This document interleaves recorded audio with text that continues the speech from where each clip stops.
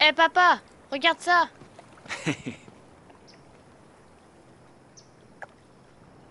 Et aussi vif que l'éclair, hein? Et tu sais quoi? Allons voir ce qu'il y a d'autre.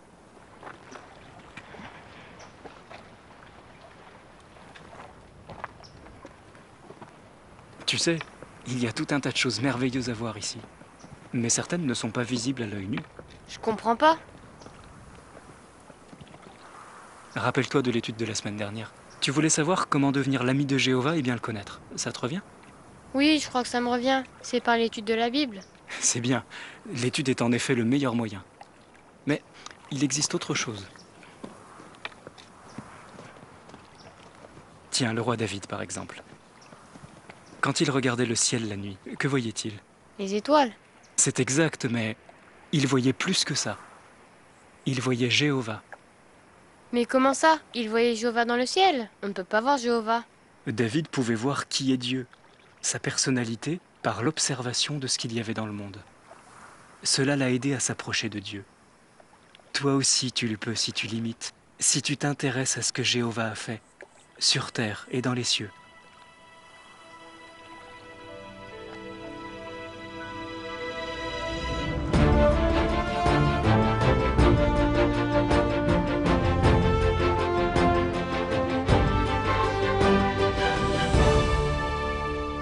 Beaucoup aiment observer la création. Toutefois, peu comprennent qu'elle nous donne un aperçu des pensées et des sentiments de notre grand Créateur. Voilà des siècles, David a appris à connaître Jéhovah grâce à sa parole inspirée. Mais David l'a aussi vu et s'est approché de lui grâce à sa création.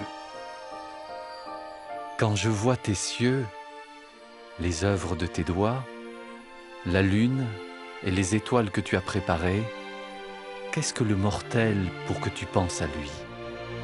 Et le Fils de l'homme tiré du sol pour que tu t'occupes de lui? David aimait Jéhovah. Il voyait tout autour de lui des preuves de sa puissance, de sa sagesse et de son amour. Le monde actuel est conçu pour nous détourner du Créateur. Prenez-vous le temps de voir au-delà de ce qu'a créé l'homme. Lorsque vous le faites, même des choses à première vue banales deviennent extraordinaires car vous vous mettez à voir celui qui les a créés. La vie, notre planète, les cieux étoilés.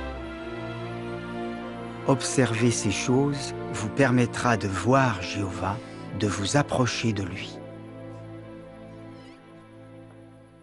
Jéhovah, d'après Genèse 15, verset 5, a dit à Abraham, « Regarde vers les cieux et compte les étoiles. » Combien d'étoiles pouvait-il compter? Notre galaxie, la Voie lactée, en contient plus de 100 milliards. Est-il seulement possible de se représenter un tel nombre? Essayons en comparant chaque étoile de la galaxie à une page d'un livre. Combien de temps faudrait-il pour toutes les passer en revue? À raison d'une page par seconde, plus de 3000 ans. Pour arriver à les compter durant votre vie, vous devriez tourner une 50aine de pages par seconde sans jamais vous arrêter. Nous ne pouvons pas compter les étoiles. Quant à Jéhovah, il les connaît toutes par leur nom. Lorsqu'il regarde au-delà de notre galaxie, les astronomes constatent que dans des portions de ciel qui semblent vides à l'œil nu, il y a en fait des milliers de galaxies. Mais Jéhovah les a-t-il placées au hasard? Même à une échelle aussi colossale, on observe une organisation élégante. Il y a quelqu'un qui étend les cieux comme une fine gaze, qui les déploie comme une tente pour y habiter. Tous ces immenses corps célestes se déplacent en permanence. Leurs mouvements sont si précis qu'on les a comparées à une chorégraphie élaborée. Non seulement les étoiles sont innombrables, mais elles sont séparées par des distances qui défient l'imagination. Essayons de nous représenter la distance qui sépare le Soleil